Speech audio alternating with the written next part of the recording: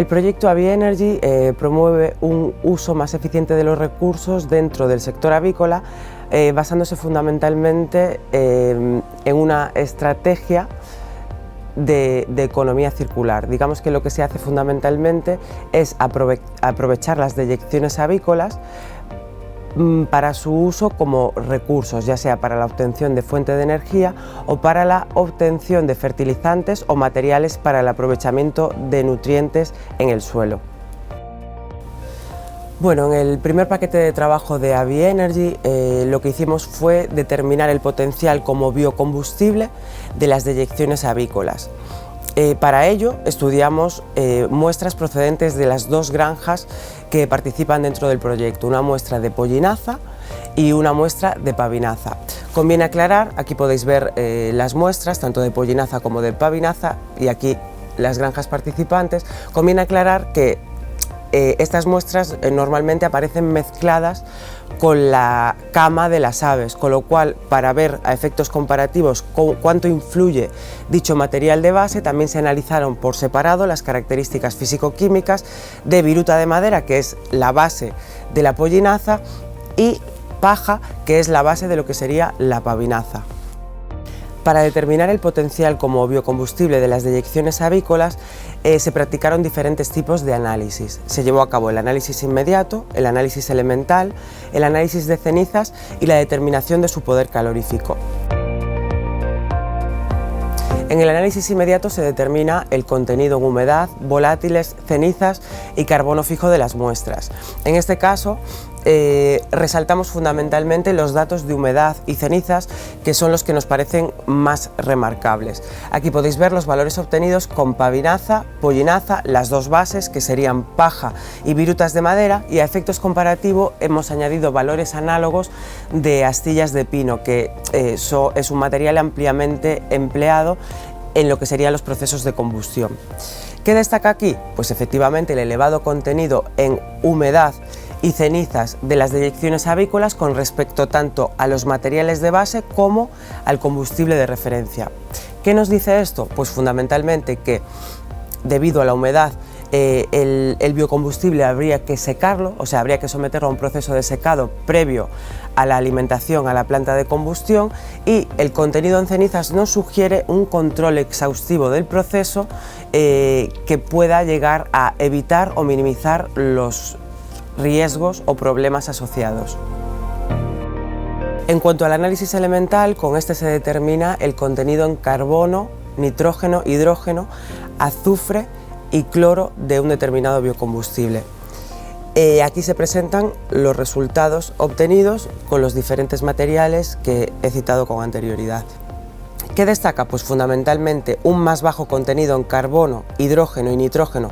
por parte de las deyecciones avícolas, algo que indica la más que probable obtención de unos biocombustibles con un poder calorífico más bajo que lo que sería el combustible de referencia, y por otra parte un contenido más elevado de nitrógeno, azufre y cloro, lo cual nos sugiere que es más que probable la aparición de emisiones contaminantes derivadas de estos compuestos, como pueden ser óxidos de nitrógeno, óxidos de azufre o ácido clorhídrico.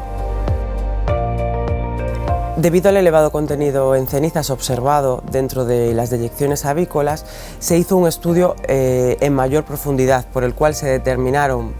por fluorescencia de rayos X lo que serían fundamentalmente los elementos mayoritarios y minoritarios, y por medio de la norma UNE correspondiente las temperaturas de fusibilidad. Destacar que el contenido en general de tanto elementos mayoritarios como minoritarios es superior en las deyecciones avícolas, y que de hecho, estudiando la temperatura de deformación, que es aquella de las temperaturas de fusibilidad en la que se comienzan a ver los primeros signos de fusión de los materiales, son más bajas que lo que sería, por ejemplo, los materiales de base. El poder calorífico de un combustible nos indica el contenido energético por unidad de masa del mismo.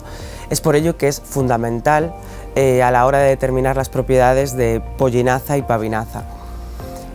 El poder calorífico se determinó mediante una bomba calorimétrica, y en este gráfico se pueden observar los valores de poder calorífico superior e inferior en base seca y del poder calorífico inferior en base húmeda. debido al contenido en humedad que se ha relatado con anterioridad de pollinaza y pavinaza, como es lógico, el poder calorífico inferior en base húmeda es sensiblemente inferior a lo que serían tanto los materiales de base como el combustible de referencia. Sin embargo, observamos que al secar el material, lo cierto es que se obtienen valores mucho más próximos y por tanto que indican un poder calorífico moderadamente alto que podría resultar válido para los procesos de combustión. Las conclusiones de la caracterización físico-química previa de los combustibles nos indican fundamentalmente que, en primer lugar, que presentan un alto contenido en humedad, lo que sugiere la necesidad de un proceso de secado previo, un alto contenido en cenizas, lo que sugiere un control exhaustivo del proceso de combustión y, por otra parte, un elevado contenido en nitrógeno, azufre y cloro que sugiere un control exhaustivo de las emisiones contaminantes que puedan crearse en el proceso de combustión de los biocombustibles. No obstante, y pese a ello, lo cierto es que estos biocombustibles estudiados están dentro de los márgenes para su uso como fuente de energía debido fundamentalmente a su composición y también al valor intrínseco que supone el hecho de utilizar residuos como recursos para la obtención de fuente de energía con el beneficio que ello conlleva.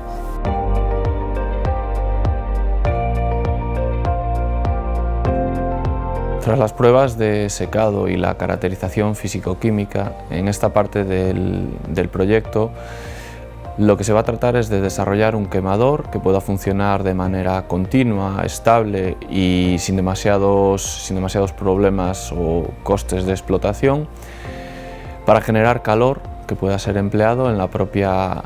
instalación de la granja, utilizando como fuente energética el subproducto o las deyecciones recogidas a lo largo del proyecto. Los principales desafíos para la obtención del calor están relacionados con la elevada heterogeneidad del combustible y su baja calidad. Como se reveló durante el análisis físico-químico, sabemos que tenemos un combustible con un elevado contenido en cenizas, un elevado contenido en nitrógeno. También sabemos que a pesar del proceso de secado es probable que nos encontremos con un subproducto con un contenido de humedad normalmente siempre por encima del 18 o del 20%. Asimismo, será un desafío el optimizar el proceso de combustión para minimizar las deposiciones de suciedad, la producción de ceniza y reducir las emisiones de contaminantes tanto en forma de gases como de partículas o volátiles inorgánicos. Como parte de la dificultad que vamos a tener en el proceso de combustión, basta fijarse en el material de la cama, el material base. En algunos casos trabajaremos con viruta de madera, que es un producto, un resto de biomasa de buena calidad, pero en otros incluso estaremos utilizando, por ejemplo, paja, que ya es un compuesto que es difícil de quemar en condiciones habituales sin estar mezclado con eyecciones, ¿no? El primer problema nos lo encontramos en el sistema de suministro de combustible, en la tolva. Es necesario diseñar algún tipo de sistema que evite la formación de bóvedas y permita la alimentación continua de un combustible que tiene muy baja densidad a granel. Estamos hablando de un combustible de entre 180 a 200 kilogramos por metro cúbico, que es muy heterogéneo, en el que se forman costras que es necesario romper para conseguir suministrarlo al sistema de alimentación, al tornillo sin fin. Como se puede ver en la imagen, en el fondo de la tolva tenemos un mecanismo que es capaz que está engarzado con el tornillo sin fin de alimentación, y en cada empuje del tornillo sin fin generamos una vibración y un rascado del fondo de la tolva, de modo que se va mezclando y distribuyendo el combustible para evitar la formación de bóvedas. El segundo problema en la alimentación es el propio tornillo sin fin, que va a llevar el combustible hasta el quemador. En este caso se ha añadido un sistema basado en una leva, en el que tenemos un rascador que golpea y va limpiando el quemador la salida del quemador, para asegurarnos que ningún resto, ni escorias ni cenizas se puedan adherir a él y eviten la correcta alimentación de combustible. De las diferentes tipologías de quemadores que podemos emplear, desde parrilla fija, móvil, de alimentación inferior, superior.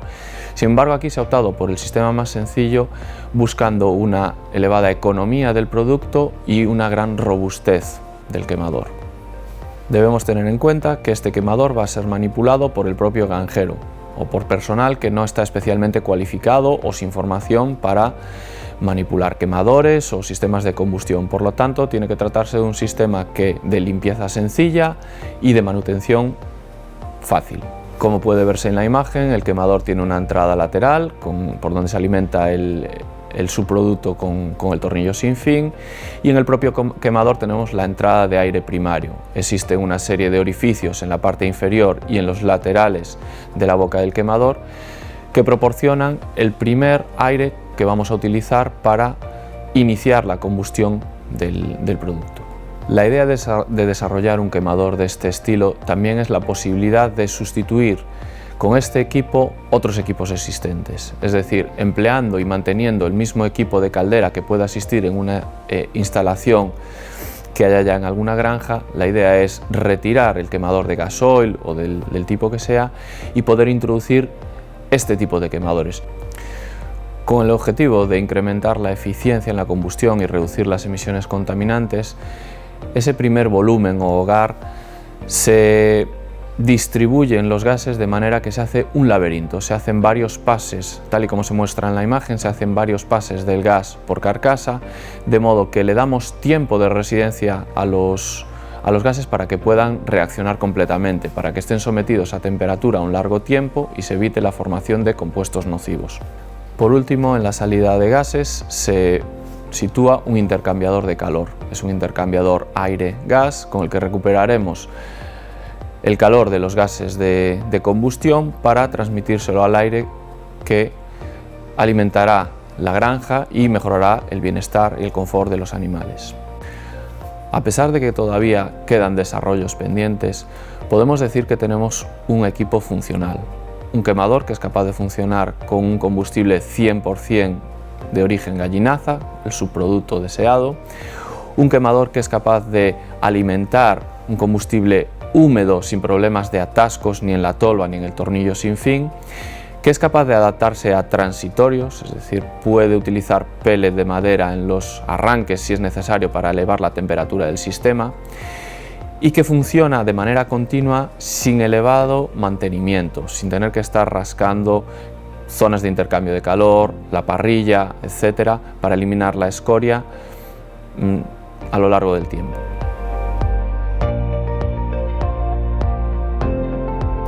Dentro del paquete 4 del proyecto AVI Energy, lo que se hizo fue fundamentalmente estudiar la recuperación de la energía contenida en las deyecciones de partida para la obtención de calor y de electricidad. El banco de microcogeneración que empleamos dentro del proyecto podéis verlo un poco presentado a continuación. Se basa en un ciclo orgánico de Rankine, que es una máquina térmica que cuenta fundamentalmente con un foco caliente y un foco frío. El foco caliente es una caldera policombustible de hasta 60 kilovatios térmicos y el foco frío es un aerorefrigerador o intercambiador de calor aire-agua. Nosotros partimos de un fluido orgánico que sería el R245FA, que es un fluido que tiene un bajo punto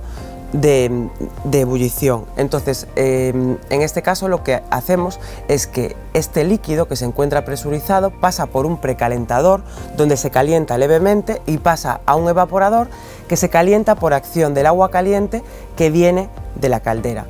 Este fluido evaporado pasa a un expansor que está acoplado a un generador y se produce energía eléctrica,